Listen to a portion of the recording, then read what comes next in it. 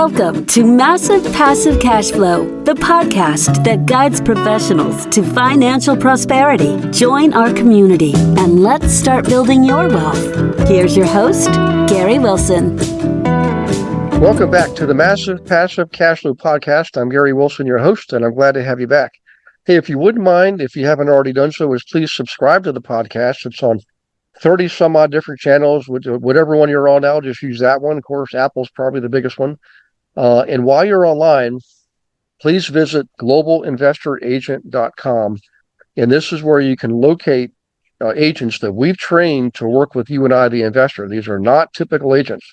They can help you with your own home, that's for sure. But we actually train them to specialize in investing, real estate investing. So they know how to identify, analyze, and negotiate on and off market deals for you and I, which is a really big deal. Most agents, they don't understand off market, but these guys do. They have all the tools too. And if you are an agent, a real estate agent, boy, click on the learn more button, because you know that the market, I don't have to tell you what the market's like right now. And if you've been around long enough, you know where it's going. So it's not time to panic. It's time to prepare, and click on the learn more button and see how you can make this part of your business model too. Okay, without further ado, we got a great guest today, Malcolm Turner, all the way from beautiful Southfield, Michigan. So Malcolm, first off, I want to give you a big thank you for doing this. I know you're a successful guy and a busy guy, and I know how lucky we are to have folks like you on the podcast. Thank you. It's an honor to be here. You're very welcome. Hey, you've got a great book out there. How to finance the unbankable deal.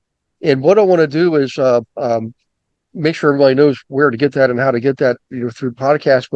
But if you wouldn't mind, kind of take us through the journey you've been on to get to where you are now. What led you to be in this business of commercial financing? If you wouldn't mind sharing it, because that really, I think it helps a lot of people understand why this is such an important subject. Sure. And my career started in financial services over 25 years ago, in lending, commercial lending, specifically 16 years ago. I founded this company with a partner of mine.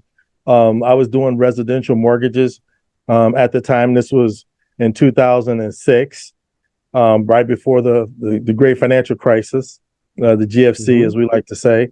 And people were doing all kinds of crazy stuff with mortgages back then. I mean, you could finance a dog and their 5 puppies. And I would only put people in fixed rate, like FHA mortgages, that kind of stuff. And I had an argument with my manager about, why did you put this guy in one of those option arm mortgages? You could have made $5,000 and you gave him an FHA mortgage. Like, well, aren't we supposed to do the right thing? And he's like, oh, there you go, man. Yeah. Do the right thing stuff. I'm talking about making money, and I was in my pastor's office that next Sunday, and I was like, why is doing the right thing a badge of dishonor, versus a badge of honor? And he said, well, Malcolm, if you were going to put together a mortgage company, what would it look like? And how would you do it? I'm like, well, I get an office and, get some furniture, and you have to go set up some lender relationships, if you're going to do brokerage, and here's how you do it. And then you get some staff, and here's how I do that. And, after about 10 minutes, I was like, okay, blah, blah, blah, boom, you're done. And he's like, okay, great, let's do it. And I was like, what? I thought we were talking hypothetically. I thought you were just like, picking my brain. And he was like, no, we should do it. I mean, I trust you and I love you. And, you're the best guy I know with money. We should do it. I was like, oh, okay. And within 3 months, in February of 2007, Castle Commercial Capital was born. And the last 16 and a half years, we financed, almost, every form of commercial property walking the earth. We've done. So, and with my book, Financing the Unbankable Deal, that came about because there was a great need in the marketplace to educate commercial investors, or would-be commercial investors, on what does the process look like from the lending perspective. Okay. And what does it take to get a deal done? and how to get your loan approved, Hmm. and how to get the hard deal.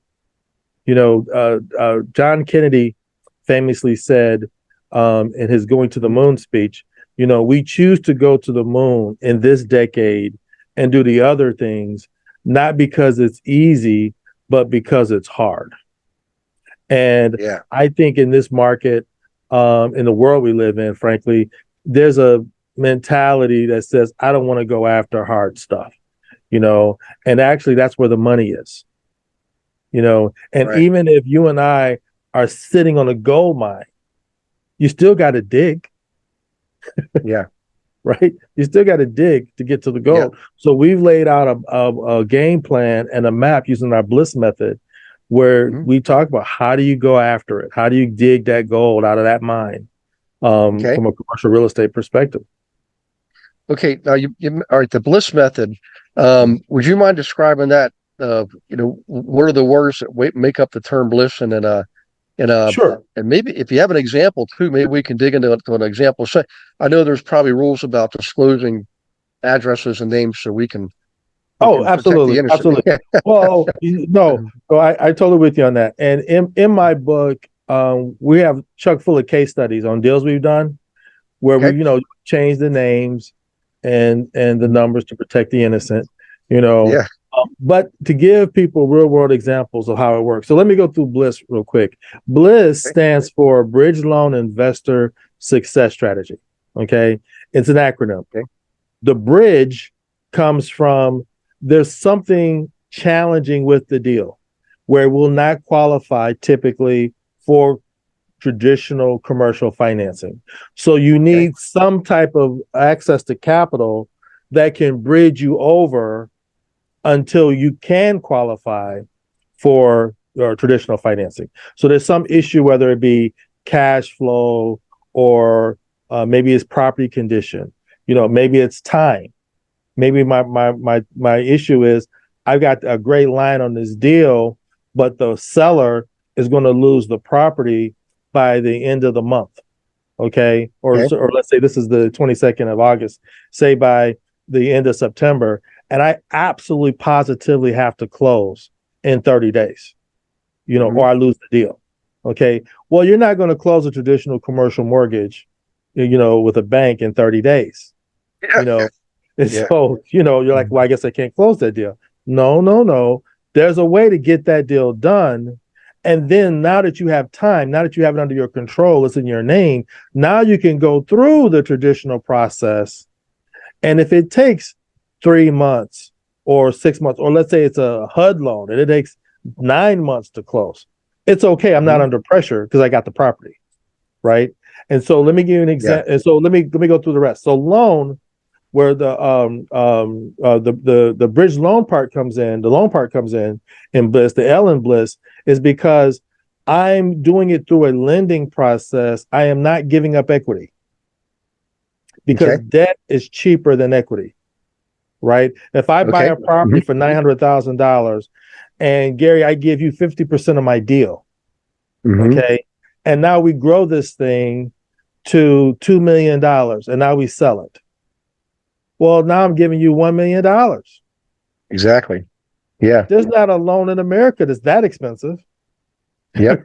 right? So Yeah. if I could have took on debt through a lender, right, that's charging me a fraction of interest compared to 50% of my equity, that's a much cheaper way Yeah. to go.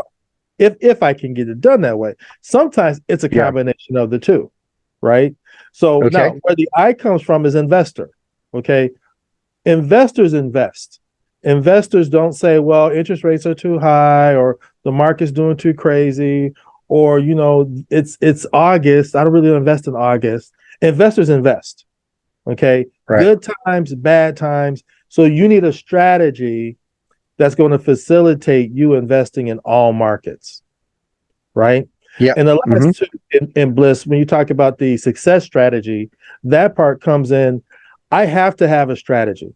Hmm. There's this great quote that says, strategy without execution, right, is useless. Yeah. Okay. But execution without strategy is aimless. Yeah. So do I have a path that says a deliberate methodology for how I'm going to take down the hard deal and get it done within the tight time frame that I may need to have it happen, right? And still earn the kind of rates of return and cash on cash returns on my investment that I need as an investor. And so that Bliss method, it's not luck. We plot it out. Yeah. We figure it out and we get after it. Yeah. Well, let me ask you this. There's probably, a million answers for every question. I've got a lot of questions, but one of them is based on one of my own experiences early on, and I got basically a business line of credit. It was a second position loan across the equity in 10 of my existing properties. And I remember telling people about this, like, well, you can't do that. Commercial lenders want to always be in first position. And so I just did it, But so can a Bliss loan, can that be in a second position, or is it usually for a first position loan, or is it, or again, with the former approach, is it like two loans? One is a more permanent loan. One is a temporary, like a bridge loan that's just basically gets you through whatever the current situation is. Or I don't know if I'm making sense here. I'm just trying to imagine the difference. Let me give you a case study. Maybe that'll illuminate. Yeah. Okay. So guy comes to me. He's got a line on a deal. It's a multifamily. It's 24 units. Okay. He can get it for $900,000. Okay. That's awesome. The problem is all the tenants are on month-to-month leases, which most banks and lenders say that's vacant property because they can all walk out tomorrow, right? So that's issue one. Issue two, the tenants were paying the utilities, okay? So the tenants were not paying utilities. The landlord was. Okay. So it was killing his cash flow, right? So the cash flow was in the floor on this thing. And it just wasn't going to cash flow, which is another obstacle to financing. Because if it won't cash flow, lenders aren't going to touch it, right? So we did a bridge loan on the property where he acquired the property, he put 20% down, okay? And in a bridge loan, all those issues are on the plan to get fixed. And then you say, what's our exit strategy? And so up front, you plan not just how I'm going to use this money, Mr. Lender, if you give it to me, but up front, you're telling the lender, here's how I'm going to take you out of this loan once I fix these problems. Okay. Gotcha. And so we then now market this particular property. I'll just say this: two things were causing great value to this thing, which made it a tremendous opportunity. One, all the tenants were paying their own utilities. So by remetering the property, it was going to cost my borrower about $40,000. Okay. By putting all the tenants on a current lease at market rent, that was going to raise the NOI by another $50,000. Okay. So just those two moves, one on the expense side and one on the revenue side, those two moves essentially was going to take that property value to $1.9 million. Yeah. And now we go, and that's a strategy that was going to take him, he figured at the most 5 months, 6 months to implement. And now he's going to refi out of that bridge loan, because a bridge loan is a temporary loan. It's a temporary, it's only anywhere from 6 months to 36 months, depending on your situation. Okay. So he's going to refi out of that at a traditional low rate fixed mortgage, and pull cash, right? And pull a lot of equity out, and then rinse and repeat, right? Go out and do it again. Yeah. Well, I love the example, because that's something I've done myself. I would buy a property, basically underperforming in a number of ways. And one of the classic ways was spinning off or separating out the utilities, particularly gas and electric. And the funny thing is we really didn't have to there were situations we didn't have to change the rent. The people were still paying whatever they were paying, $600 or $700 a month, but they were now responsible for their utilities. So we had a gain just right there. Yes. And then, Yes. yep. And then we could do is take the excess cash flow and gradually remodel the units themselves and then raise the rents. We did that on a 78 unit building. Now, of course, in our minds, we're thinking, hey, we can knock this off in a year. Of course, it took about 2 years to pull it off. But the good news is we held the building for 8 years. For the remaining 6 years, we kept doing more improvements and raising rents and doing things like that might not be directly related to additional cash flow, but we would take let's say there was an entranceway that people had to walk downstairs to get to and then climb upstairs to get to the unit. We would build a bridge from the sidewalk to the second floor of the building, so they didn't have to go downstairs and back upstairs. They would go across this bridge and put the opening on the second floor. The space was there. And it sounds crazy, but just doing that one little thing like that allowed us to attract a lot more tenants, right? Yes. So I do real estate meetup seminars, and I host meetups here locally. And I got one, matter of fact, in 10 days on the 31st of August. I'm doing, and I also will guest on other meetups for other real estate groups. And one of the things that we're asked about all the time are, what are investors doing to value add their properties up? Because you can, obviously, when you decrease your expenses by having tenants pay their own utilities, as an example, right? And when you're able to increase your revenue through, bringing rents up to market rent, that's one way. That's like the easy low hanging fruit. But there's also other things you can do. Like, example, I'm going to allow pets, but there's going to be a $75 a month pet premium to the rent for having a pet. And there's going to be a non-refundable security deposit of $500. Okay. Yeah. Now, pet owners who look at their pets as kids, they'll pay that. Yep. They'll pay that all day. Okay. Yeah. When you say, okay, I'm going to put in carports and then assign parking.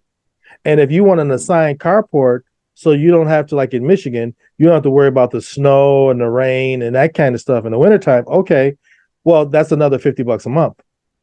Yeah. And when you do these little value adds, right, they increase the revenue. And when you do things that are not adding to the revenue, example, I'm going to add new gated security around the property, right? Yeah. I'm going to put in like an access code key, to allow people in. I'm going to put in bright security lights, things like that. I'm going to, provide general Wi-Fi, which you can do for the building at a substantially reduced cost. Things like that. They say, oh, you've now moved this property because of the amenities from a Class C property to a Class B. Or a Class B to a Class A. And as you go up in class, that allows you to use a lower cap rate to calculate value. Yeah. Right? Because I was using I was using a 9% cap when I bought it. But now when an appraiser comes in, he's like, oh, well, given the quality of this building, I think we could use a 7.5 cap. And when you use that lower cap rate, it actually increases the value of the property. You're driving equity, which again, even if you intend to keep the property, great. Now I can refi some of that equity out and go buy another. Yeah. You're reminding me of some of the things we did too. Is we would whenever we had garages, we would always inevitably the previous owner would give away the garages to whoever rented the units. We separated the garages out, and we charged 100 and 150 a garage depending on the single bay or double bay. And we even in the basement areas, we would finish them off and build storage in there and charge them, $50 a month for a storage bin. And one of the best things we did, which is pure dumb luck, is the same building. Whoever had it before us carpeted over, or maybe the prior owner carpeted over all these beautiful parquet wood floors. We stripped off all the carpeting, gradually, one at a time over the next couple of years, exposed to parquet flooring. Once we put those bridges in, man, we'd raised the rents easily by that point, probably 200 per unit, just based on those couple of things there.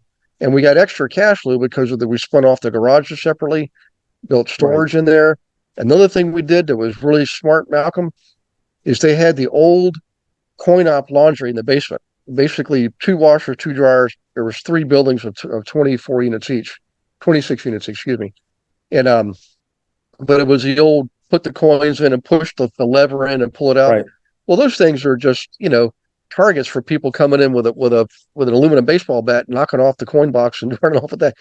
So we've got this mechanism where it was like a ATM where the office was, so we could monitor it, and it was only open certain hours a day, and they would come in and they'd put cash in and put points on their laundry card. It was like a debit card, right?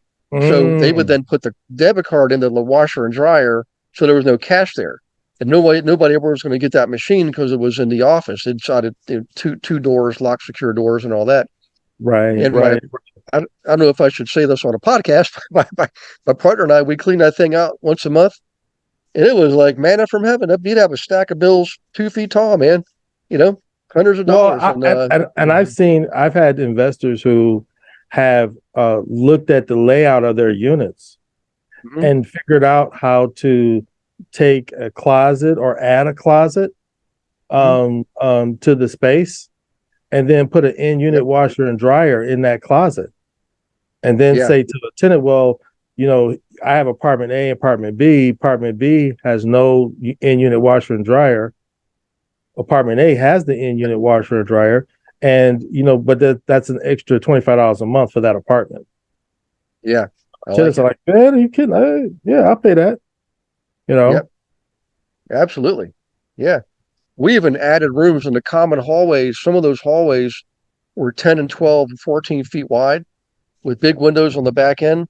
So we would take one of the units, bust out a hole to put a door in, build a wall out in the hallway, and essentially add another bedroom. We did that. I think we added 16 bedrooms that way, Right. So all of these things we're talking about, these are great ideas that make a bridge loan more palatable to the lender, because they can see clearly there's a definite defined path to adding cash flow and therefore adding value.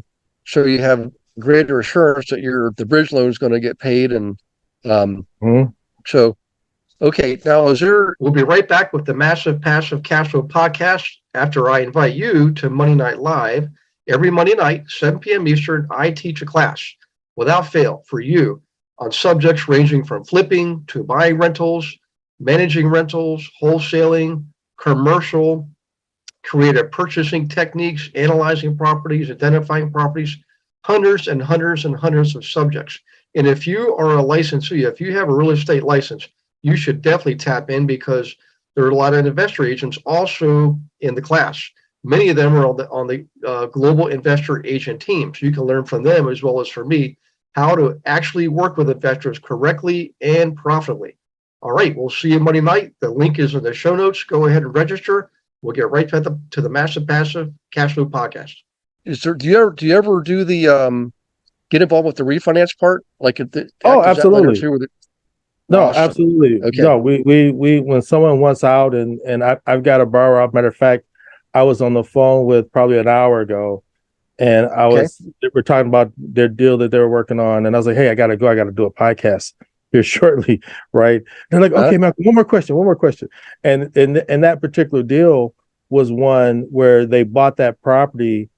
I'm financing the rehab as well as a cash out.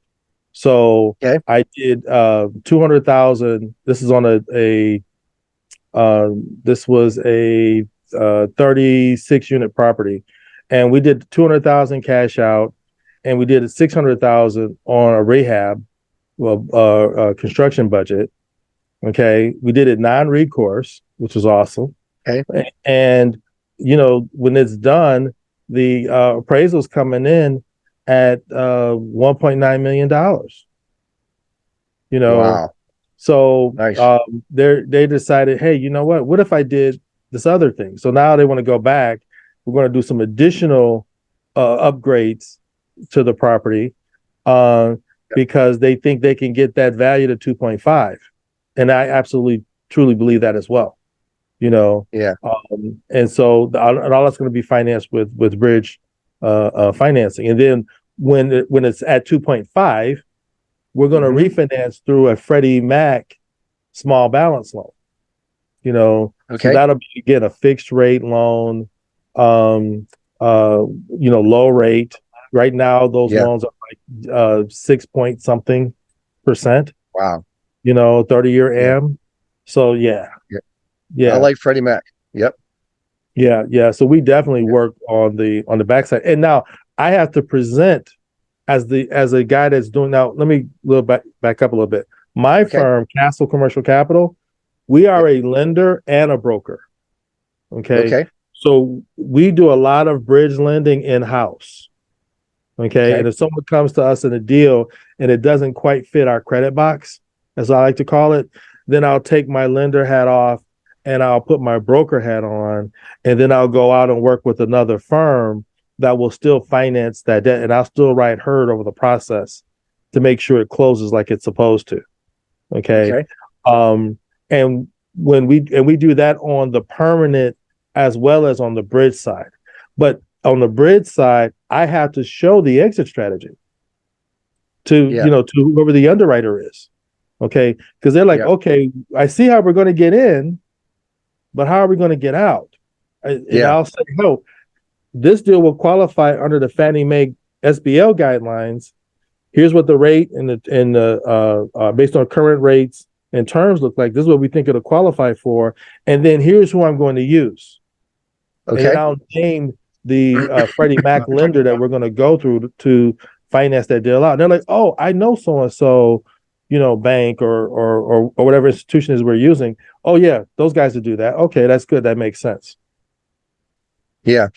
Hey, if you don't mind me asking, something you mentioned earlier, typically your position as a lender, it's a bridge loan position. But you mentioned that sometimes you can do it can be a combination of equity and lending. But what about profit share too? In other words, like it's the design for the project is to buy a building, take 3 years, 5 years, fix it up, improve it, raise the rents, take it from a C class to a B class, right? And a resell like the REITs do. So there's a profit share component there too. Was there ever a reason for you to get involved with one of those, and maybe even a combination of all three: equity, profit share, and interest on loans? I don't know if I'm getting. No, you mean as far as me? Yeah. No. Okay. No, I don't. And I choose not to on purpose. Because when people come to me with deals, I don't want them ever in the back of their brain thinking, is Malcolm going to try to side door this thing as an investor? Right. So, and that's just been how I've been working my business. Right. Yeah. So I want folks to come and know, I'm not trying to get in their pocket. I'm not trying to juice their fees. Our philosophy is we get our clients the lowest possible rate on a deal that we can. And then whatever fee they're going to pay us is going to be disclosed up front in origination, but we're not going to juice their rate. Okay. Because that doesn't, one, it makes the deal more expensive. Number one, cash flow wise, and which will in turn make it harder to finance on the back end. And two, it's better for the client. It's just better for the client for them to get the lowest rate they can. Yes. And I know they're going to come back. I would much rather do, as a businessman, 1,000 loans with 100 investors than 1,000 loans with 1,000 investors. Right. Yeah. And so when people look us up on Google, and we do loans all across the country, we have an extremely high rating on Google. I think our Google rating is like 4.8 or something like that. Right. And I have to guard our reputation and integrity as much as I possibly can from all enemies. Right. Because your reputation is everything. Your reputation is everything. So, and by us maintaining great pricing and being super competitive, we have a lot of clients that do multiple deals. with us. And Yeah. we show them, and let me show you what my secret sauce is. Okay. Right. And this is just between you and me. Right. So we ain't going to share this with nobody else, Gary. Okay. Okay. Right. My secret sauce is I take the experiences of my body of investors Mhm. and I use that when I'm looking at your deal to say, Mhm. hey, is there something you could be doing that I see another investor has done to maximize their return on investment? And so, because most of us know what we did the last 10 times we did it. Do you know what I'm Yeah. saying? Our competition isn't the guy across the street. Our competition is the status quo that we're used to. Yeah. So, and one of the things in my book, and here I'll show you a copy of it, right? There you go. Right. Yep. We have a lot of case studies where we show people, hey, this is what other investors have done to maximize profits. Okay. You know, because there's not enough of that being talked about in the industry, you know, at other meetings. There's not enough, honestly, Yeah. testimonies and case studies saying, hey, there's a different way to do a deal. It's not just one way to skin a cat, right? There's Yeah. multiple ways. Yeah. Well, now you mentioned across the country, so you can lend across the states. And what about if a Canadian wants to come in from Toronto and buy in Detroit? Can you lend to them if they're Canadian Mhm. citizen? Oh, that's awesome. Okay. Mhm. And Mhm. you cover all the states? Foreign investors have different guidelines than U.S. investors for obvious reasons, but they can invest. Okay, good. So, and in Michigan, in my hometown of metropolitan Detroit, obviously I'm in the burbs, but in Yep. metropolitan Detroit, Detroit is such an affordable investment arena. 60% of our multifamily sales last year happened with out-of-state investors. Yeah, I believe it. Yeah. You know, Yeah. Well, I tell you what, I know we're going to get short on time here, but I just I keep thinking of questions. For another one is, where we are in the economy, and I'm not asking it to predict anything because Lord knows, as soon as you and I try to predict something, it'll do something different. You know, I mean, the last recession, the Great Recession, there were people calling for that 5 years ahead of time. Nobody paid attention because things were screaming right along. But right. boy, when the shoe dropped off on that one, it was dramatic. But what are you thinking looking ahead the next, say, 3 to 5 years? I mean, last year we were saying, hey guys, we're gonna have a recession. Prices went up, rates are going up. It's gonna cause a recession, but it hasn't done it yet. But still, last time it didn't happen for 5 years, anyways. You know, so but the reason I'm going to temper the question with this fact is you mentioned this earlier. Everybody really pay attention to this. Mhm. Investors are always investing. We don't Right. really care. We do care about the economy. We just want to know what it's doing. So we want to know what strategy to use, but we are always investing. So for the agents out there who think, well, I'll wait till the economy tanks and then I'll work for the investors, you're missing the bigger part of it because Yeah, those are all the fly by you're night missing the investors. boat. You're Yeah. missing the boat. Because Yeah. let me show you something. Me and my wife, we just had our anniversary a couple months ago, 26 years, Oh, right? congratulations, man. Thank you. Yeah. And we met, You don't look a day over 27. So, you know, dude, I was 6 months old. It was illegal. there. When we got married, we both were real estate agents Okay. for Real Estate One. And Real Estate One was having this big company meeting. She worked in the Detroit office. I worked at the Southfield Lathrop Village office. And we met at this big company meeting because Real Estate One, this is in 1989, right? So I'm really dating myself. And they had just crossed $1 billion in sales, which was the first Okay. time any real estate company had ever done $1 billion in sales in the state of Michigan, right? The FHA mortgage, 30-year fixed rate mortgage at that time was 9.75. Mm-hmm.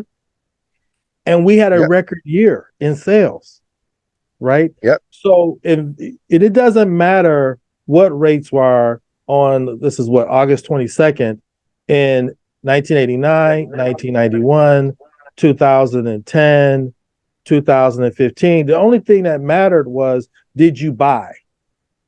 Yeah. Right? Did you buy Yeah. at any of those intervals? Right? Yeah. because even if you bought like in 2009, when everything was falling like a cliff, well, in 2023, it's still worth more. Absolutely. Did you have to write it down? Yeah, but then it came back up, right? And it kept going, and it's kept going through the pandemic, right? Through the great financial crisis.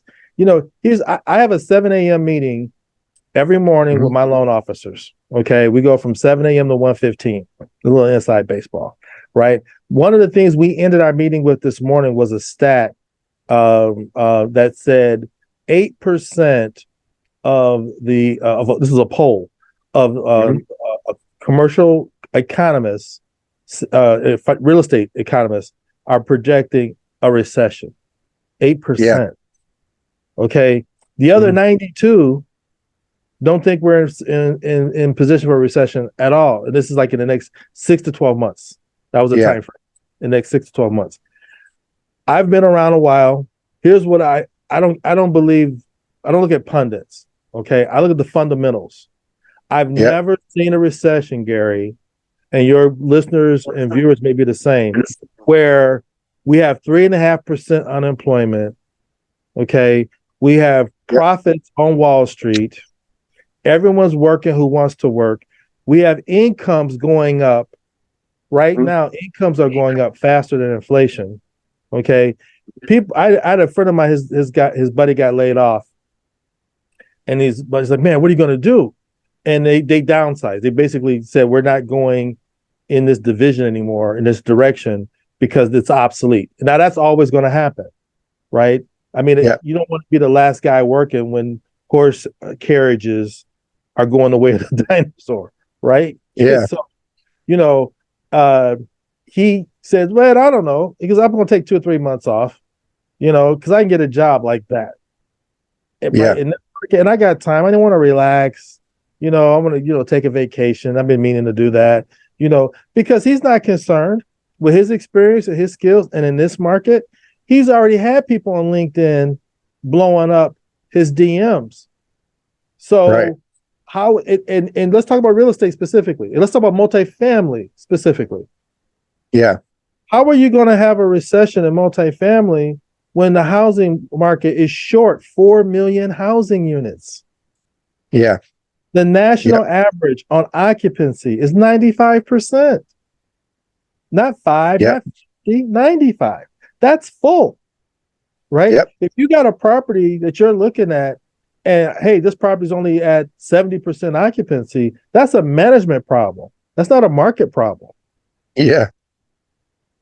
Yeah. Right. People charging, like I got a family member that owns a multifamily, and they're charging a ridiculous and embarrassingly low rent. Okay. Right. They don't have a single tenant. They got 19 units, and they don't have a single tenant that's paying $500. Wow. Yeah. And I'm like, what? What are you doing? And I'm like, yeah, but I know I could raise the rent. Raise the rent, dude. You could double the rent. You will raise it. You could double the rent for the what?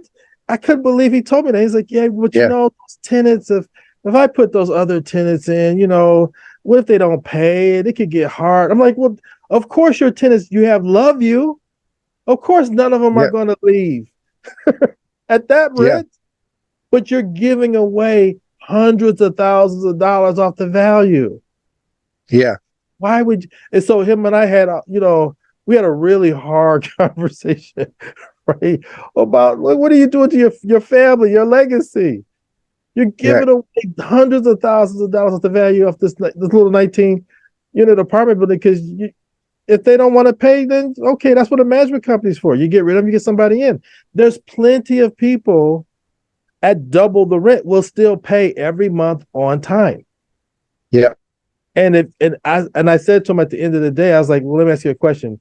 Would you pay $400,000 to solve that problem? And he's like, yeah. I'm like, okay, because you're paying it now. Yeah. Oh, I goes, exactly. Yep. Exactly. I don't see a recession. I don't know. A housing shortage? Okay. There's no inventory. Every realtor watching this and listening No, there's no inventory out there. People are sitting on 3%, 4% mortgages. They're not refining in this market. They're like, what if I go to buy something? I'm not doing that because I got to pay way more, number one, and I'm going to pay a much higher rate. I'll just sit. Yeah. Yep. Okay. So has days on the market gone up because of interest rate increases? Yes. But they're still selling. I just saw a stat here locally in Ann Arbor, Michigan, home of University of Michigan, right? The average days on the market, this is single family residential property, has now at 26 days.